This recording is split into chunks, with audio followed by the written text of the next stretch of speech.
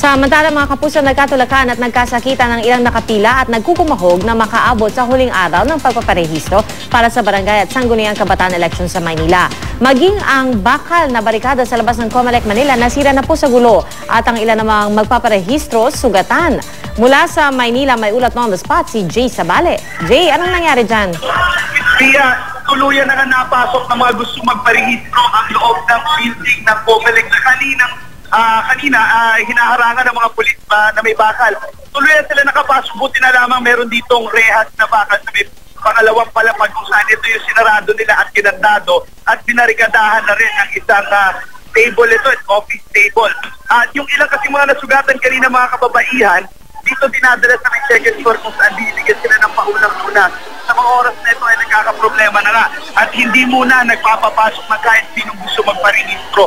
At ito mga tao ngayon dito, nagtutulakan pa rin kahit na nakasarado na yung bakal na rehas.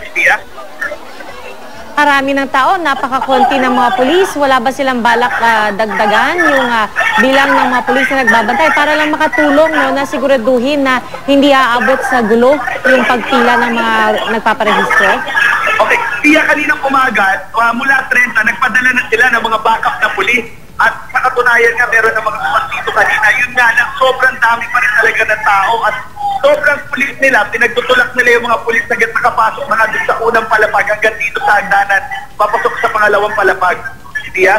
Alright, pero Jay, kasi ito nakikita naming video, yung kuha ninyo kanina, talagang, ito yung siguro yung height na nagtutulakan sila at nagkakagirian. Anong sitwasyon ngayon sa mga sandaling ito? Ang sitwasyon ngayon dito, iniisip pa kung paano mapipigilan yung pagpasok sa loob na nga mismo ng pangalawang palapag. Dahil itong pangalawang palapag, andito na yung registration, andito rin kung saan binibigyan ng paunang lunas yung mga nasaktan. Kanina kasi yung mga polis, sinasaraduhan nila or sinutulak nila palabas, pinipigilan nila makapasok yung mga gusto magparehistro. Pero kanina lang, siguro mga 5 minutes ago, hindi na kinaya at tuluyan dinumog yung mga polis kasama na itong mga COMELEC polis dito.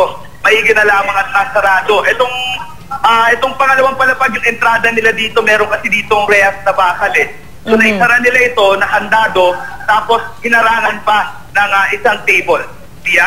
Oh, actually, Jay, ito meron na tayong live nakuha dyan sa Maynila pero nasa labas ito. Although mukhang mas maayos na ang pila na ito. So, ibig sabihin, Jay, walang lunch break dyan para tuloy-tuloy ang pagpaparehistro? Totoo po yan. Wala pong lunch break. Siguro po yung nakikita niyo pong pila, yan po yung pila sa may labas. Pero dito sa loob mismo, sa harap mismo ng building ng COMELEC, wala na rin yung pila. Kanya-kanya na silang tulakan at kanya-kanyang pwersahan para makapasok sa loob ng building. At Jay, meron ba silang nabanggit na kung magpapa-cut off sila? Kasi nga sabi ng COMELEC, wala dapat extension sa pagpaparehistro. Pero kung nandyan lahat ng tao at alas 5 na ng hapon, anong gagawin nila sa mga nariyan na? Okay, ito na nga yung problema natin. Yung mga COMELEC officers dito kanina, sinubukan natin kuhaan ng pahayag.